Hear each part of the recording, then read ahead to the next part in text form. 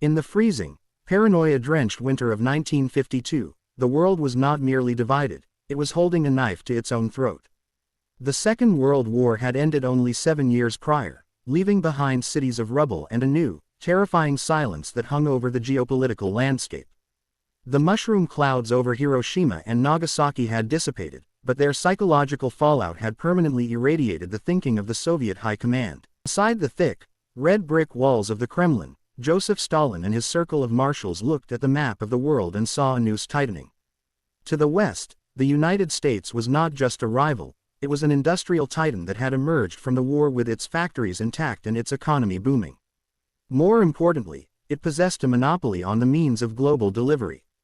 The U.S. Strategic Air Command, SAC, led by the cigar-chomping, ruthless General Curtis LeMay, had ringed the Soviet Union with bomber bases. From the United Kingdom to Turkey, from Japan to Alaska, American B-29s and the colossal new B-36 peacemakers were idling on tarmacs, their bellies ready to accept atomic payloads. If the order came, American bombers could be over Moscow, Leningrad, and Kiev within hours. They could incinerate the heart of the communist world before a single Soviet fighter could scramble to intercept them. The Soviet Union, for all its millions of men under arms and its thousands of T-34 tanks, was strategically impotent. They had the bomb, having broken the American monopoly in 1949, but they had no way to deliver it. The Soviet Air Force lacked a reliable intercontinental bomber. Their rockets were still in their infancy, prone to exploding on the launchpad rather than flying to Washington. They were a boxer with a glass jaw and arms too short to reach their opponent. The geography of despair. The geography itself seemed to conspire against the USSR. The United States was an island nation in practice, protected by two vast oceans. To the east, the Atlantic; to the west, the Pacific.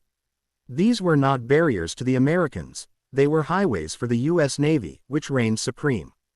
For Soviet naval planners, however, these oceans were walls. The Soviet Navy was a green water force designed for coastal defense, not global power projection. Their submarines were diesel-electric, noisy, slow, and tethered to the surface by the need to recharge their batteries and take in air. To reach the American coast, a Soviet sub would have to traverse thousands of miles of hostile water, dodging sonar nets, destroyer wolf packs, and long-range patrol aircraft. The chances of a Soviet bomber reaching New York were slim. The chances of a diesel submarine getting close enough to launch a short-range missile, even if they could miniaturize a nuke to fit on one, were practically zero. The imbalance was creating a crisis of confidence in Moscow. The intelligence reports landing on Stalin's desk were grim. They spoke of American war plans like Dropshot, which envisioned dropping hundreds of atomic bombs on Soviet industrial centers. The Kremlin needed a deterrent. They didn't just need a weapon, they needed a psychological breaker. They needed something that could bypass the American air defenses, bypass the carrier battle groups, and strike fear into the comfortable, untouchable American homeland. They needed a weapon that didn't play by the rules of conventional warfare.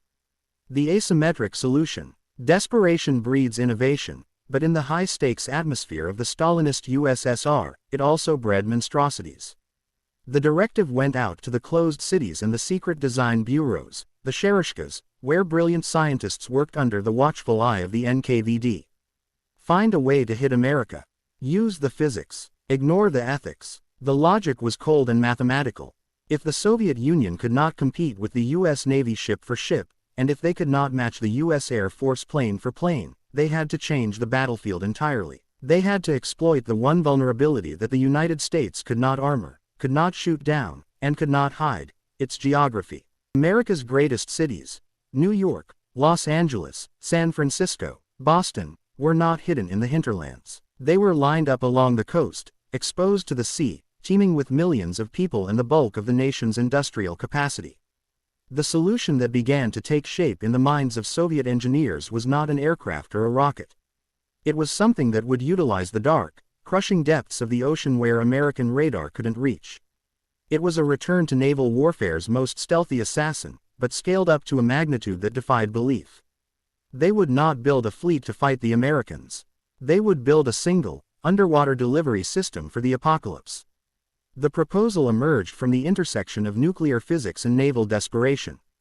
Among the minds contemplating this horror was a young, brilliant physicist named Andrei Sakharov, the man who would later become the father of the Soviet hydrogen bomb and, paradoxically, a Nobel Peace Prize-winning dissident. But in the early 1950s, he was a patriot of the state, tasked with solving the problem of American superiority. The concept was designated the T-15. In the hushed briefing rooms of the Ministry of Shipbuilding, the blueprints were unrolled. This was not a torpedo in the conventional sense. A standard World War II torpedo was perhaps 21 inches in diameter and carried a few hundred pounds of high explosive, enough to cripple a destroyer or sink a merchant ship. The T-15 was a leviathan. It was a monster of steel and circuitry, designed to be nearly 80 feet long, 24 meters, and 5 feet wide. It was essentially a small, unmanned submarine in its own right. It weighed over 40 tons. But its size was secondary to its payload. The warhead compartment was not designed for TNT or Torpex. It was designed to house a thermonuclear device, a hydrogen bomb, with a yield of 100 megatons. To put that in perspective, the bomb that leveled Hiroshima had a yield of roughly 15 kilotons. The T-15 was designed to be nearly 7,000 times more powerful. The strategy of erasure. The operational profile of the T-15 was chillingly simple. The Soviet Navy was developing its first generation of nuclear-powered submarines, Project 627, later known to NATO as the November class. Unlike the old diesel boats, these submarines could stay submerged indefinitely, running fast and deep on the power of the atom. The plan called for a modified Project 627 submarine to carry a single T-15 torpedo. The tube would be so large it would take up almost a quarter of the submarine's length. The sub would ghost across the Atlantic or Pacific, diving deep to avoid the sonar buoys, running silent on the thermal layers of the ocean. It would approach the American coast, perhaps 20 or 30 miles offshore. It would align itself with a major port city or a strategic naval base like Norfolk, Virginia. Then, it would fire the weapon. The T-15 would travel slowly, perhaps at 30 knots, powered by batteries to keep it quiet. It didn't need to be fast. It just needed to get close. Upon reaching the target zone, a harbor mouth or a coastal shelf, the warhead would detonate. The tsunami bomb. The destruction envisioned by the Soviet planners was biblical. This was not about sinking ships. Hitting a moving aircraft carrier with an unguided torpedo from 30 miles away was impossible. The target was the water itself. The detonation of a 100 megaton warhead underwater would not create a fireball in the traditional sense. It would create a cavity of superheated steam and pressure so massive that it would displace millions of tons of water in a fraction of a second. The result would be an artificial tsunami. Soviet physicists calculated that the blast would generate a wave hundreds of feet high. This wall of radioactive water would surge forward, unstoppable, crashing into the coastline. It would scrub the land clean. Imagine New York City. The initial shockwave would shatter the foundations of the skyscrapers. Then, the water would come. A radioactive deluge would sweep through the streets of Manhattan, drowning the subways, collapsing bridges, and carrying ships from the harbor miles inland. But the water would be the least of the long-term problems. The explosion was designed to be dirty. The casing of the bomb would be salted with materials like cobalt to maximize radioactive fallout. The water that washed over the city would be a toxic slurry, poisoning the land for centuries. The T-15 was designed to render an entire coastline uninhabitable. It would turn the bustling ports of America into silent, glowing graveyards. The moral recoil. The sheer cruelty of the weapon was its selling point to the political leadership, but it caused a tremor of revulsion among the professional sailors. When the plans were presented to the Naval Command, specifically to Admiral Pyotr Fomin, the head of the Soviet Navy's atomic department, the reaction was not enthusiasm. It was disgust. Fomin was a veteran. He understood war. He understood killing enemy combatants and sinking enemy ships. But the T-15 was something else. It was a weapon of indiscriminate genocide. It had no military utility in the traditional sense. It wouldn't win a battle. It would simply murder millions of civilians and poison the ocean.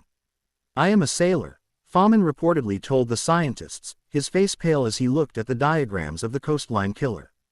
"I fight other sailors. I do not fight women and children with water." The admiral's rejection highlighted a rare moment of conscience in the machinery of the Cold War.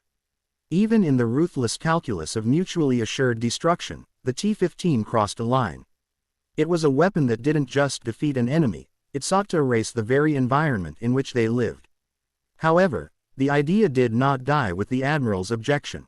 It merely went into hibernation. The concept of the autonomous, nuclear-armed torpedo was too seductive, the leverage it offered too great. It would sit in the archives of the Soviet Navy, a blueprint for the end of the world, waiting for technology to catch up with the nightmare. The T-15 was eventually shelved in favor of ballistic missiles, which became reliable enough to hit American cities from silos in Siberia. But the shadow of the super torpedo never truly faded. It remained a dark legend of the Cold War, a testament to how far the Soviet Union was willing to go to ensure it never felt helpless again.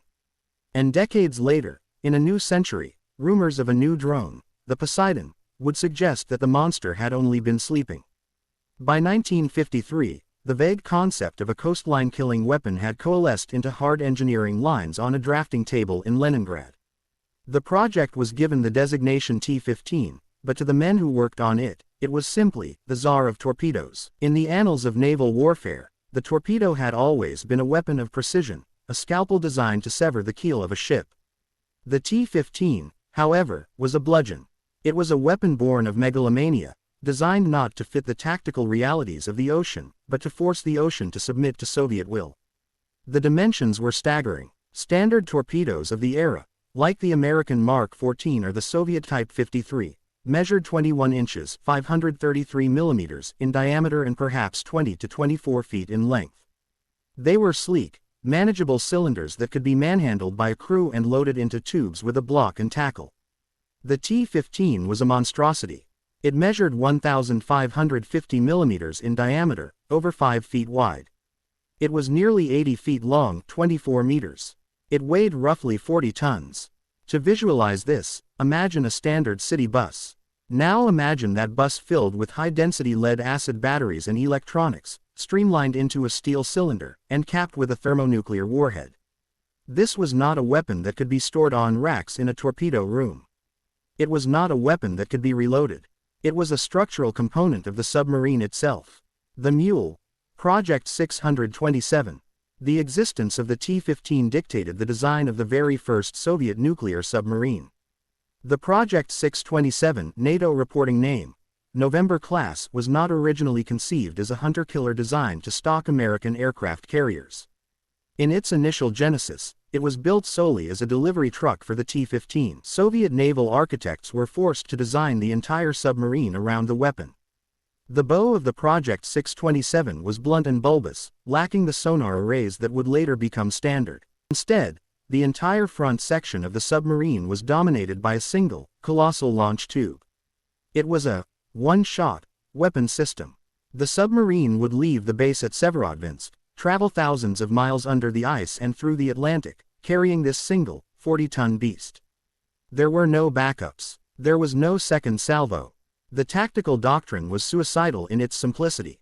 The submarine would creep to within 30 miles of a major U.S. naval hub, Pearl Harbor, San Diego, or Norfolk. It would align the boat with the target.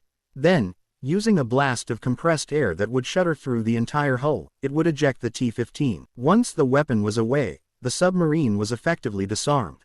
It would turn and run, leaving the electric-powered Leviathan to trundle toward the coast at a slow, steady 29 knots. The brain of the beast. The T-15 was a fire-and-forget weapon in the most primitive sense. Guidance systems in the early 1950s were rudimentary. There was no satellite navigation, no wire guidance for a weapon of this range, and active sonar homing would be useless against a target as static as a coastline. Instead, the T-15 relied on a basic gyroscopic autopilot. Before launch, the navigator on the submarine would calculate the precise bearing to the center of the enemy harbor. They would physically dial this angle into the torpedo's mechanical brain. Once launched, the torpedo was deaf and blind. It would simply run a straight line, counting the revolutions of its propeller to estimate distance. It didn't need to hit a specific pier or a specific ship. Nuclear weapons, by their nature, solved the problem of accuracy with the brute force of radius.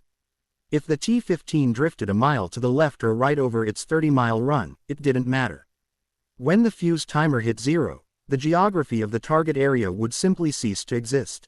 To understand why the Soviet Union committed resources to such a bizarre weapon, one must understand the terrifying physics of underwater nuclear detonations. When a nuclear bomb explodes in the air, the energy is released as thermal radiation, heat blast pressure, and ionizing radiation. The atmosphere is compressible. The air acts as a cushion, absorbing some of the shock. Water is different. Water is incompressible. The warhead designed for the T-15 was a hydrogen variant with a yield of up to 100 megatons. Upon detonation, the warhead would instantly vaporize the water surrounding it, creating a sphere of superheated gas and plasma, a bubble, millions of degrees hot. Because the water cannot compress, it is shoved outward with violence that defies comprehension. This is the hydraulic shockwave. Any hull, be it the double steel hull of a battleship or the reinforced concrete of a submarine pen, caught within miles of this shockwave would not just be breached, it would be crushed like a soda can in a vice. The pressure wave moves faster than the speed of sound in water, shattering keels and rupturing boiler rooms before the crew even hears the detonation. The artificial tsunami, but the shockwave was merely the opening act. The true strategic value of the T-15 lay in the base surge and the wave generation. As the gas bubble from the explosion expands, it eventually collapses under the crushing weight of the ocean, then expands again, pulsing like a giant, rhythmic heart. This displacement of millions of tons of water has to go somewhere. On the surface, this manifests as a radioactive mountain of water. Soviet physicists calculated that a 100 megaton blast at the proper depth on the continental shelf would generate a wave height at the source of over 1,000 feet.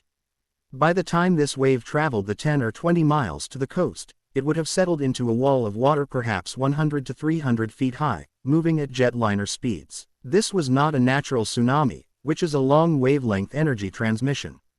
This was a chaotic, breaking wall of destruction.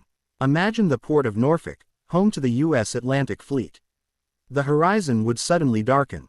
A white-capped ridge would appear, growing taller with every second. When it struck, it wouldn't just flood the streets. The kinetic energy of the water would strip buildings down to their steel skeletons.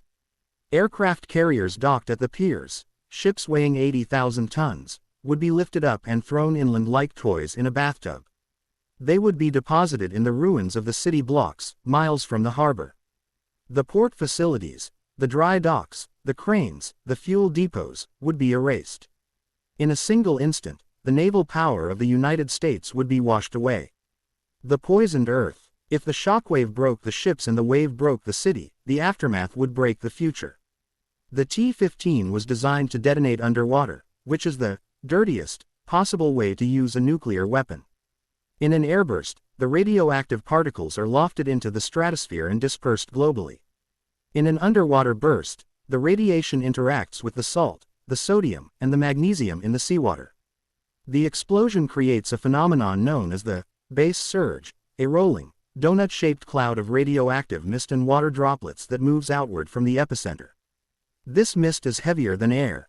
It doesn't float away, it crawls. After the water receded, this radioactive fog would settle over the ruins of the coastline. It would coat every inch of wreckage, every survivor, and every square mile of soil with a thick, lethal layer of isotopes. The half-life of these isotopes would ensure that the harbor could not be used again for decades, perhaps a century. The T-15 was an area denial weapon on a strategic scale. It was a plan to turn the bustling, economic engines of the American coast, New York, Los Angeles, Seattle, into silent, glowing exclusion zones, monuments to a war that ended in minutes. This was the nightmare the Soviet scientists had constructed, a torpedo that didn't hunt ships, but hunted geography itself.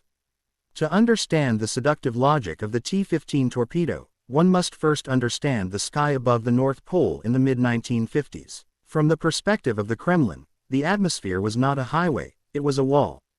The United States, terrified of a surprise atomic attack, had invested billions of dollars into constructing the most sophisticated air defense network in human history.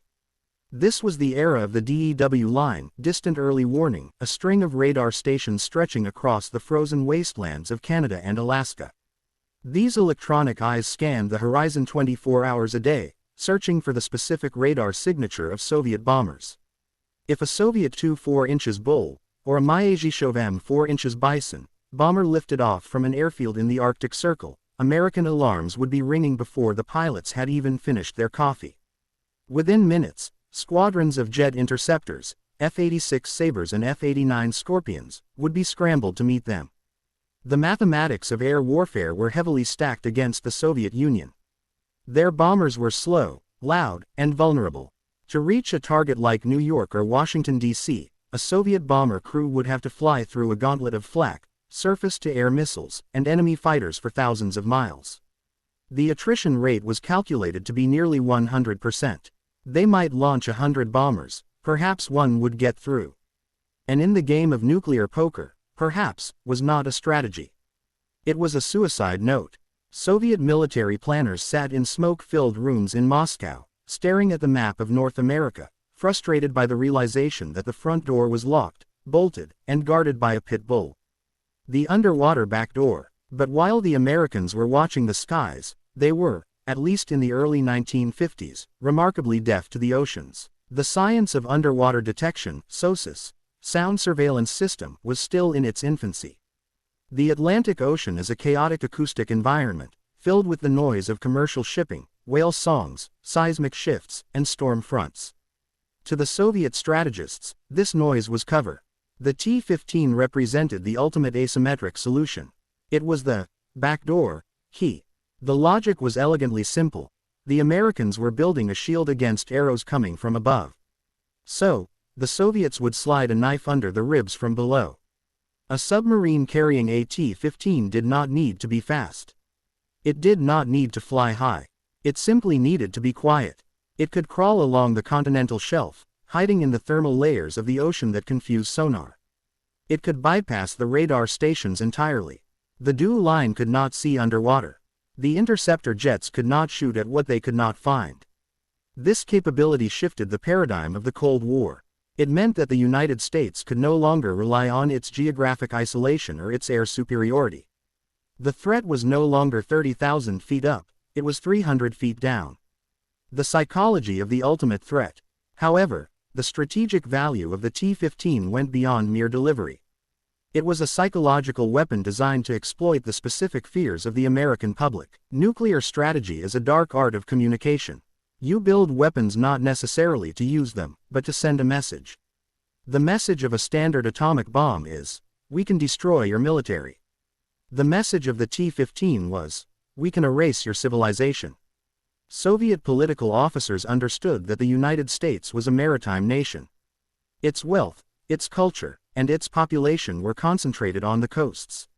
New York, Boston, Philadelphia, San Francisco, Los Angeles, Seattle, these were not just cities, they were the arteries of American power. By targeting the coastline itself, the T-15 threatened to turn the ocean, the very thing that had protected America for 2 centuries, into its executioner.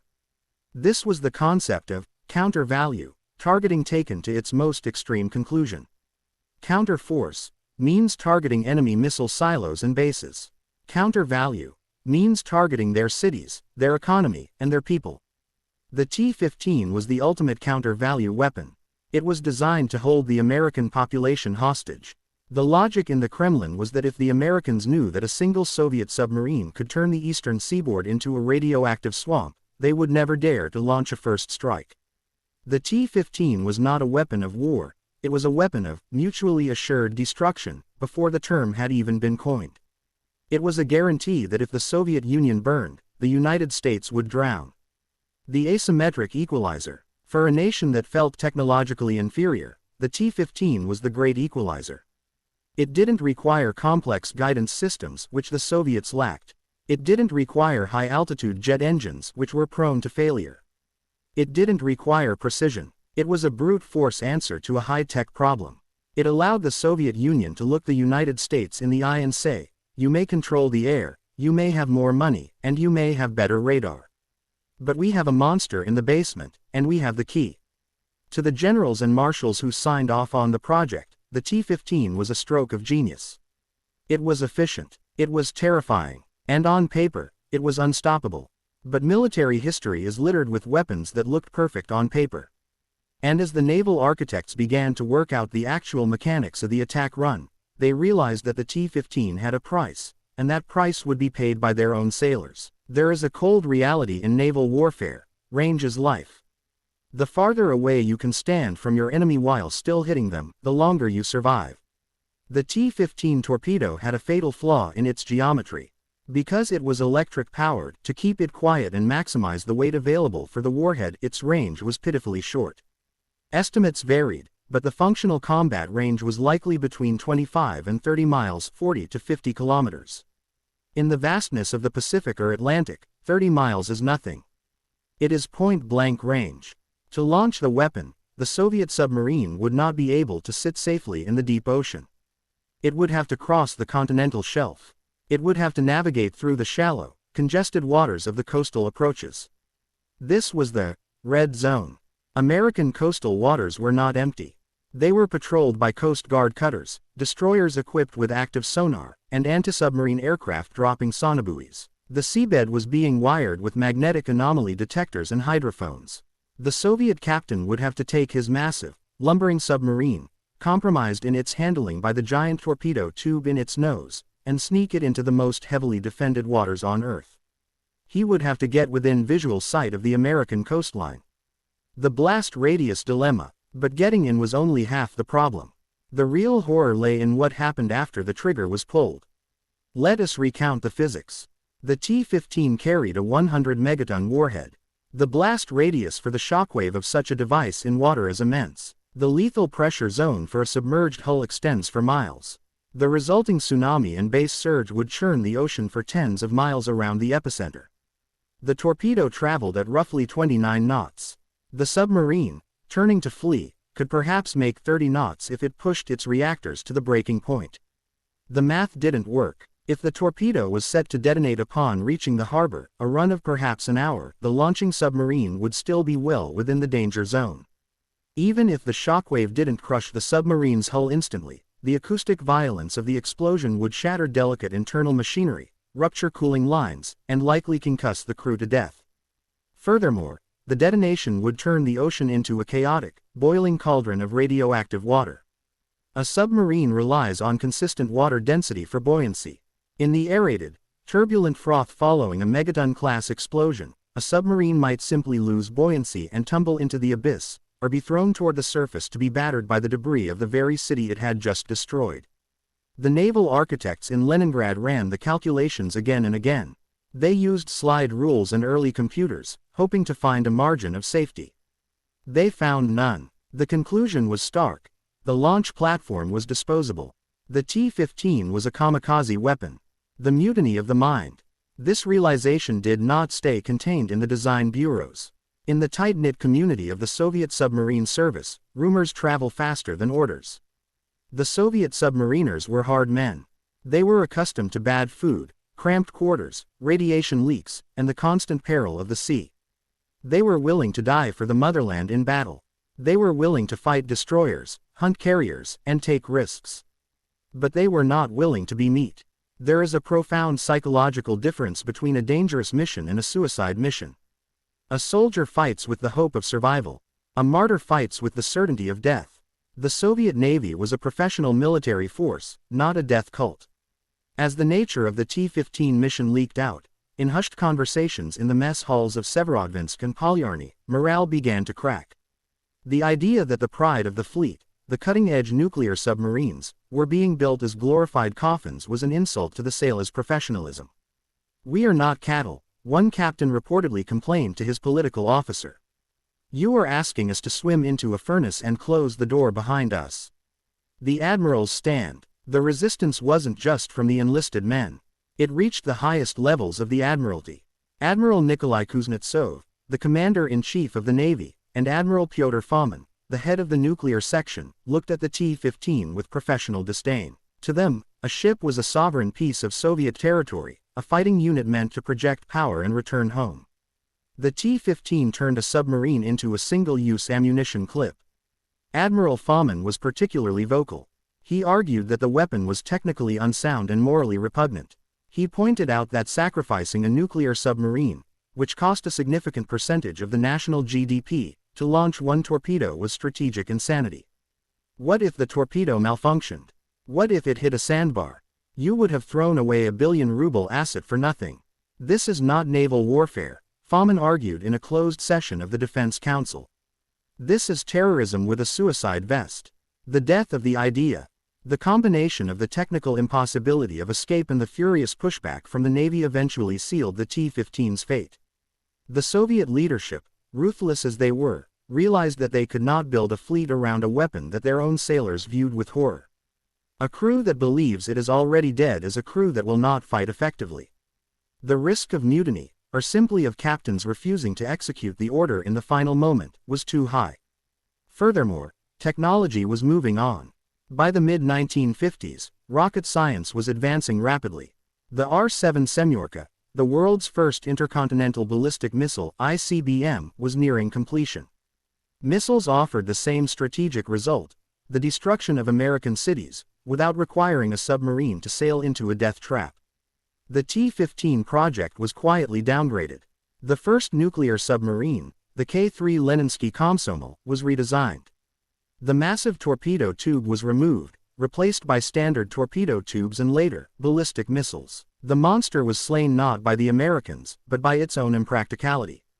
Yet, the T-15 left a scar on the psyche of the Cold War.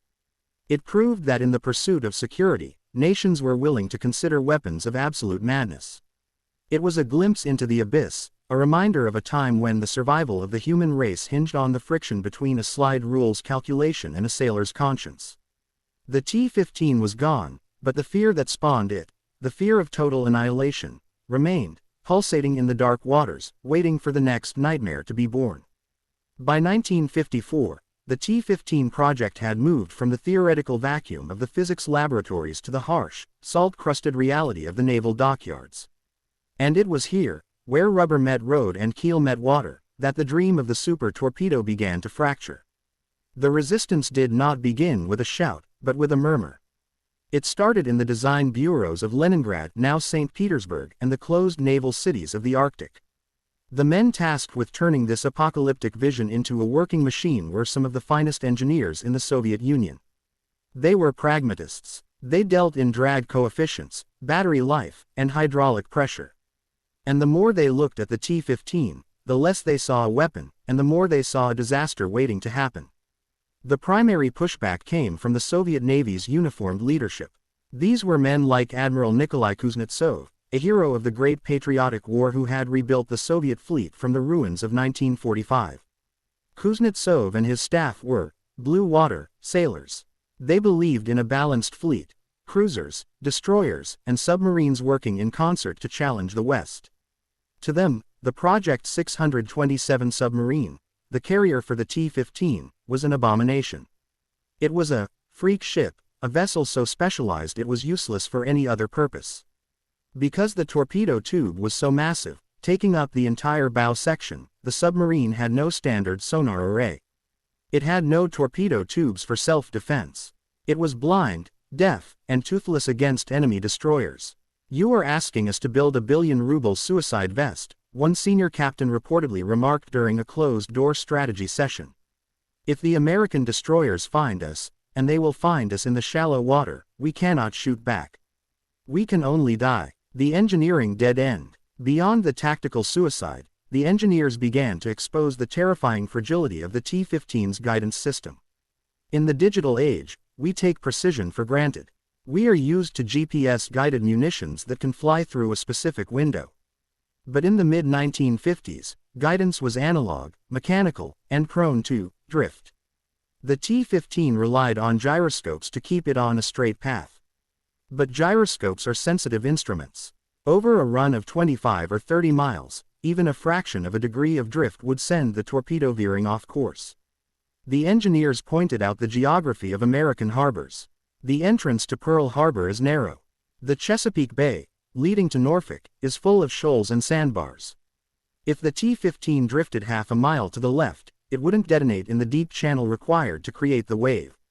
It would bury itself in a mudbank or slam into a breakwater. If the torpedo detonated in the wrong spot, the physics of the tsunami collapsed. Instead of a city-killing wave, you would simply get a very large, very dirty geyser. The port might be irradiated, but the strategic objective, the physical erasure of the naval base, would fail. The scientists had promised a hammer of God.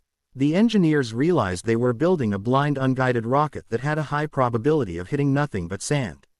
The tsunami myth, even the core concept, the artificial tsunami, came under scrutiny. As the frenzy of the early design phase cooled, oceanographers and hydrodynamicists began to run more complex models. They looked at the Van Dorn effect, studying how explosion-generated waves propagate in shallow water. The terrifying realization was that the continental shelf acts as a brake. As a massive wave moves from deep water to shallow water, it loses energy to friction against the seabed. The skepticism grew. Would a 100 megaton blast actually create a wall of water that could travel 10 miles inland? Or would the energy dissipate, creating a catastrophic local event but failing to destroy the city center? Nobody knew for sure, and in the high-stakes poker game of nuclear deterrence, uncertainty is a fatal flaw. If the Politburo couldn't guarantee the destruction of New York, the weapon was useless as a deterrent. Shutterstock. The moral awakening, perhaps the most potent resistance, however, was the quiet, unspoken horror regarding the crew.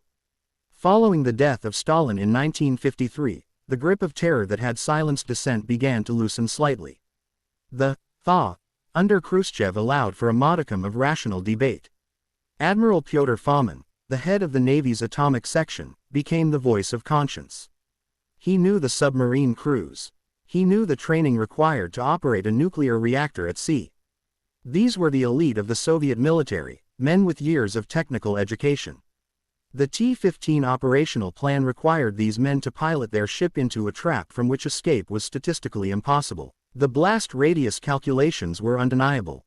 To launch the weapon, the sub had to be close. To survive the blast, the sub had to be far. The math didn't overlap. Fomin argued that building a doctrine around the sacrifice of highly trained crews would destroy the morale of the fleet. A sailor will risk his life, he argued, but he will not throw it away for a math error. While the Navy argued over the T-15, a revolution was taking place elsewhere in the Soviet military-industrial complex. In the steppes of Kazakhstan and the secret design bureaus of Moscow, rocket engineers led by Sergei Korolyov were achieving the impossible. The development of ballistic missiles was moving at breakneck speed. By the late 1950s, the technology had matured. The Soviets had successfully tested the R-7, a land-based missile capable of reaching America. But more importantly for the Navy, they had cracked the code of the SLBM, the submarine-launched ballistic missile. The first generation of these missiles, like the R-11FM, was crude. The submarine had to surface to fire them. But they worked. They offered a range of hundreds of miles, which meant the submarine could stay in the deep ocean, far from the American anti-submarine nets. This changed everything. The death of the monster, the logic of the T-15 evaporated overnight.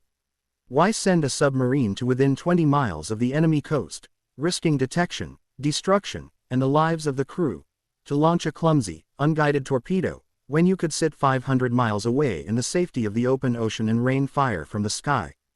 The missile submarine, the Boomer, offered the second strike capability the USSR desperately needed. It was survivable, it was repeatable, and it didn't require the suicide of the crew. The political winds shifted. Nikita Khrushchev, who was fascinated by rocketry, lost interest in the giant torpedo. The T-15 was seen as a relic of the Stalinist era, brutal, clumsy, and inefficient. The red pen, the cancellation, when it came, was quiet. There was no grand announcement. There was no press conference. The blueprints for the T-15 were rolled up and placed in the deepest archives of the Kremlin. The order was given to redesign the Project 627 submarines. The K-3 Leninsky Komsomol, the first Soviet nuclear submarine, was already under construction with the massive bow required for the T-15. It was too late to completely redesign the hull, so the space intended for the giant torpedo was filled with additional instrumentation, bunking, and standard torpedo tubes. The K-3 became a legendary hunter-killer submarine, a fast attack boat that would plague the U.S. Navy for decades. But if you looked closely at her blueprints, at the bulbous, heavy shape of her nose, you could see the ghost of the monster she was originally meant to carry. The legacy of the nightmare. The T-15 was dead, but its DNA remained in the Soviet strategic DNA. It represented the extreme lengths to which the USSR was willing to go to secure parity with the West. For 60 years, the T-15 was treated as a myth, a rumor whispered among naval historians. It wasn't until the collapse of the Soviet Union that the archives opened and the world saw the diagrams of the city killer. It remains one of the most terrifying what-ifs of the Cold War. Had the rocket technology stalled, had the engineers failed to build the ICBM, the Soviet Union might have committed to the T-15. The ocean floor off the coast of New York or California might have become the graveyard for a nuclear leviathan. The T-15 was a weapon of the past, but it casts a long shadow. In the 21st century, as news leaks of the Russian Poseidon drone, an autonomous, nuclear-powered underwater vehicle, strategic planners felt a chill of recognition.